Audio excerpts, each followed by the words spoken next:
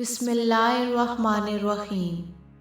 لاکھوں کروڑوں درود و سلام نبی پاک صلی اللہ علیہ وآلہ وسلم پر اور آپ کی اہل بیت پر۔ معزز سامعین، السلام علیکم۔ سامعین، اللہ تعالیٰ نے حضرت زکریا علیہ السلام کو قوم بنی اسرائیل اور پیغمبروں میں برگزیدہ کیا تھا۔ آپ علیہ السلام اللہ تعالیٰ کے معزز اور جلیل القدر پیغمبر ہیں۔ ایک روایت میں ہے کہ حضرت زکریا علیہ السلام حضرت داؤد علیہ السلام کی اولاد میں سے ہیں، اور دوسری روایت میں ارمیہ کی اولاد میں سے تھے۔ دن گزرتے گئے، ابراہیم علیہ السلام اور یعقوب علیہ السلام کی نسل سے کچھ نیک لوگ پیدا ہوئے۔ ان کو آل عمران کے نام سے یاد کیا جاتا ہے۔ اللہ تعالیٰ نے سورہ آل عمران میں ارشاد فرمایا، خدا نے آدم اور نوح اور خاندان ابراہیم اور خاندان عمران کے لوگوں کو تمام جہاں کے لوگوں میں سے منتخب فرمایا تھا۔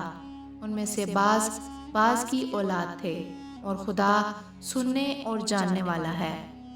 جس عمران کا ذکر قرآن میں کیا گیا، یہ داؤد علیہ السلام کی اولاد سے ہیں۔ زکریا علیہ السلام کی بیوی یحییٰ کی والدہ اور مریم علیہ السلام کی والدہ حنا دونوں حقیقی بہنیں تھیں۔ حضرت زکریا علیہ السلام رشتے میں مریم علیہ السلام کے خالو تھے۔ عمران کی بیوی نے منت مانگی تھی کہ جو بچہ پیدا ہوگا اسے بیت المقدس کی خدمت کے لیے وقف کر دیں گی۔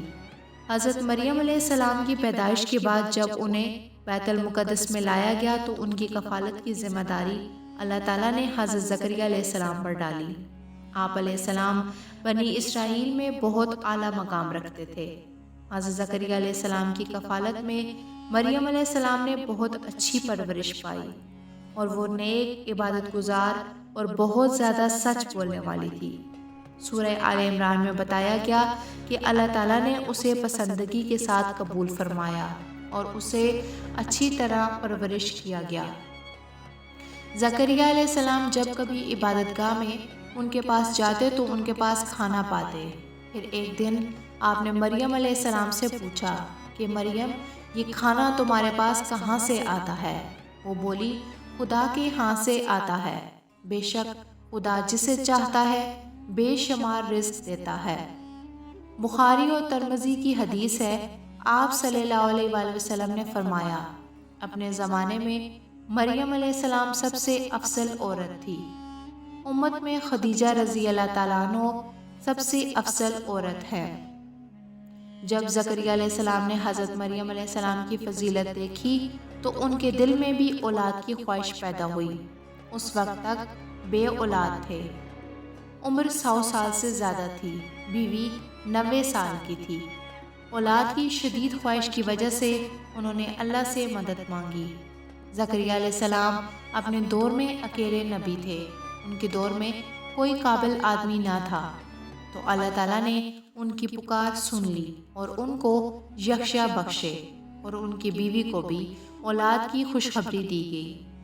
یہ لوگ لپک لپک کر نیکیاں کرتے اور اللہ تعالیٰ کو امید سے پکارتے، اور اللہ کے سامنے ہمیشہ عاجزی سے رہا کرتے تھے۔ جب حضرت زکریا علیہ السلام نے یہ خوشخبری سنی تو کہنے لگے، پروردگار، میرے ہاں کس طرح لڑکا ہوگا؟ میری بیوی بانجھ ہے اور میں بوڑھا ہوں۔ اللہ تعالیٰ کی طرف سے حکم ہوا، اسی طرح ہوگا۔ اللہ تعالیٰ نے فرمایا، میں پہلے تمہیں بھی پیدا کر چکا ہوں اور تم کچھ چیز نہ تھے۔ نشانی یہ ہے کہ تم صحیح ہو کر بھی 3 دن اور 3 رات تک لوگوں سے بات نہ کر سکو گے۔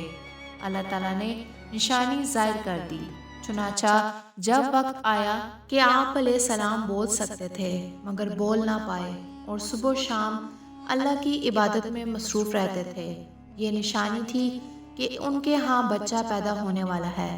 پھر وہ حجرے سے نکل کر اپنی قوم کے پاس آئے تو ان سے اشارے سے کہا، صبح و شام خدا کو یاد کرتے رہو۔ اللہ تعالیٰ نے سورہ آل عمران میں فرمایا، وہ ابھی عبادت گاہ میں کھڑے نماز پڑھ رہے تھے کہ فرشتوں نے آواز دی، زکریا، خدا تمہیں یحییٰ کی بشارت دیتا ہے، جو خدا کے فیض یعنی عیسیٰ کی تصدیق کرے گا اور سردار ہوں گے اور عورتوں سے رغبت نہ رکھیں گے اور خدا کے پیغمبر یعنی نیکوکار ہوں گے۔ اللہ تعالیٰ نے انہیں یکشا کے روپ میں انتہائی فرمانبردار، نیک، صالح اور عبادت گار بیٹا عطا فرمایا۔ زکریا علیہ السلام نے اللہ تعالیٰ کا شکر ادا کیا اور قوم بنی اسرائیل کو واعظ و نصیحت کرتے رہے۔ جب بنی اسرائیل نے زکریا علیہ السلام کو مارنے کا قصد کیا تو آپ نے ظالموں سے بچنے کے لیے ایک درخت کے کھوکھلے تنے میں خود کو چھپایا۔ وہاں جب وہ لوگ پہنچے تو آپ کو کہیں نہ پایا۔ اتنے میں ان لوگوں کے پاس شیطان آیا اور بتایا کہ جس کو تم لوگ تلاش کر رہے ہو وہ یہاں ہے۔ اس کے بعد آپ کو شہید کر دیا گیا۔ سامعین، انسان کتنے ہی بلند و بالا مقام پر پہنچ جائے اور اللہ تعالیٰ کے ساتھ اسے زیادہ سے زیادہ قرب حاصل ہو جائے، تب بھی وہ اللہ کا بندہ ہی رہتا ہے، اور کسی بھی بلندی پر پہنچ جائے وہ اللہ تعالیٰ کا بیٹا یا اللہ نہیں ہو سکتا اور نہ اس کا شریک ہو سکتا ہے۔ اللہ کی ذات وحدہ لا شریک ہے اور باپ بیٹے کی نسبتوں سے پاک ہے، لہٰذا ہمیں اپنے آپ کو لمحے لمحے گمراہی سے بچانا چاہیے تاکہ اللہ کی پکڑ سے بچے رہیں۔ اس کے لیے ایمان کی مضبوطی حد درجہ لازم ہے۔ ایمان کے لیے لازم ہے کہ اس کے ساتھ اسلام بھی پایا جائے۔ اسی طرح حقیقی اسلام کے لیے شرط ہے کہ اس کے ساتھ ایمان بھی ہو۔ ایمان دین کی ہر اس بات کو دل سے سچا ماننے اور زبان سے ان کا اقرار کرنے اور اپنے عمل سے اس کو ظاہر کرنے کا نام ہے جو اللہ نے اپنے بندوں پر مقرر کر دیا، جبکہ اسلام اطاعت، فرمانبرداری اور عمل کرنے کا نام ہے۔